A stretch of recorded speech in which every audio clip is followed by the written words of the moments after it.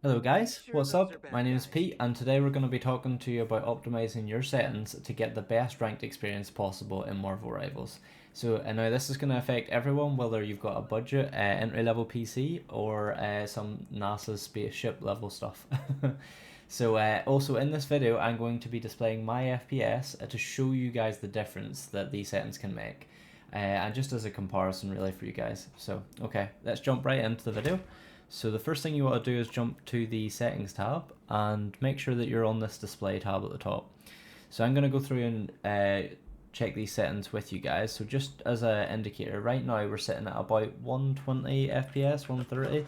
Obviously this can drop down to like sub 100 when there's, you know, things going on, when there's team fights, that kind of thing. So with that being said, if we jump into the settings tab, we can have a little look at our settings. So first of all, obviously you've got your primary monitor. That's going to be your gaming monitor. Obviously you want a high refresh rate monitor where possible. Display mode, you're probably going to want to play in borderless windowed. The only exception is if you're, only going to be playing the game, you're not going to be streaming, you're not going to be recording any other videos. If you're going to be alt tabbing out of the game at all, I suggest using borderless window. It basically doesn't have any hit on performance, and it's just nice, faster for alt tabbing. So let's stick with that. Obviously, your resolution, you want to be playing at native resolution, so you don't want to be changing this. You want to stick with what your monitor's refresh rate is, whether that be 1080p, 1440p, or 2160p. Obviously, stick to native resolution. So your anti-aliasing, you want to be using Nvidia DLSS. Now, obviously, if you don't have an Nvidia graphics card, you might want to opt for the AMD FSR or the Epic TSR. But anybody with an Nvidia graphics card is definitely going to want the Nvidia DLSS. I will link my specs below in the comments section or the description, just so you guys know what I'm running there. Once you've got that, it's probably going to default to quality, which is fine, but you want to have a bit more performance. There's a few extra performance modes down here. I like to go for performance because it seems to keep quite a good level of detail. Doesn't really compromise the image as much, but it really enhances the performance. I also like to adjust the super resolution sharpening up to 85, but this is more of a preference thing than anything, so just have a play around with it, see what you think looks best. Frame generation mode, now you're going to want to keep this off. If you have a Nvidia graphics card that is 4000 series or above, depending on when you're watching this video, 5000 series might be out, you might have heard of this fake frame generation.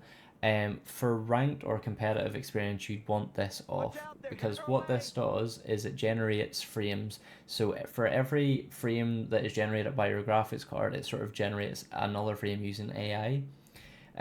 Sort of gets it to guess what it's going to look like for the next frame. And basically that adds a sort of delay or input lag, and it's just not great for the ranked experience, so I recommend turning that off. Next up, we've got low latency mode. Now this is something I do recommend. This is going to reduce your latency, so it's really important that we turn this on to NVIDIA Reflex low latency. I'm not sure if there is an alternative for AMD graphics card. Maybe someone can let me know in the comments regarding that. But yeah, you want that on. Brightness, again, just preference. Stick with whatever you want for that.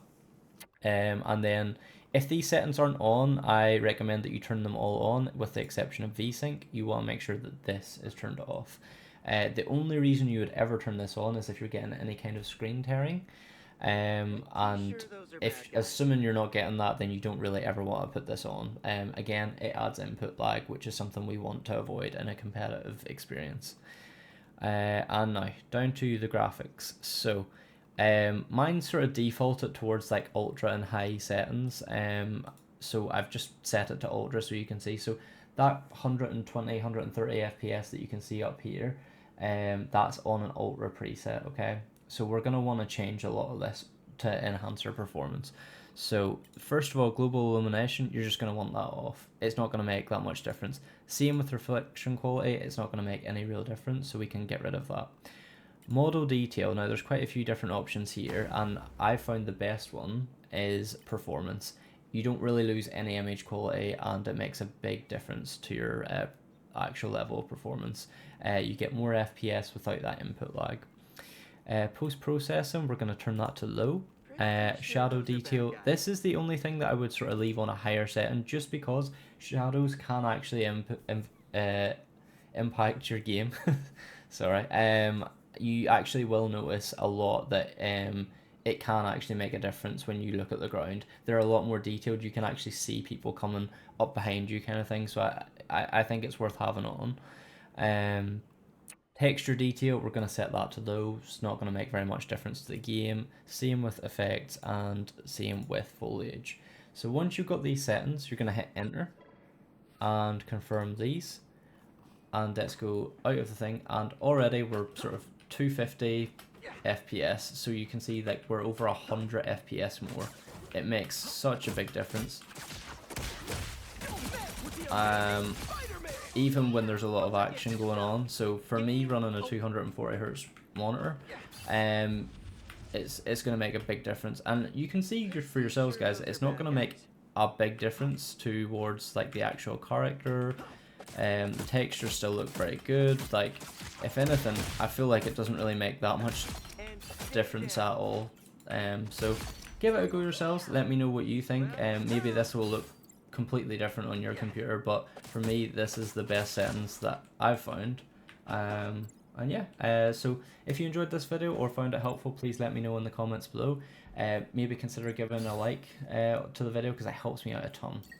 Also, if you are interested in more Marvel Rivals content, I am currently doing a Bronze to GM sort of series, so make sure you hit that subscribe button if you're interested in that. And yeah, I look forward to seeing you again. Peace.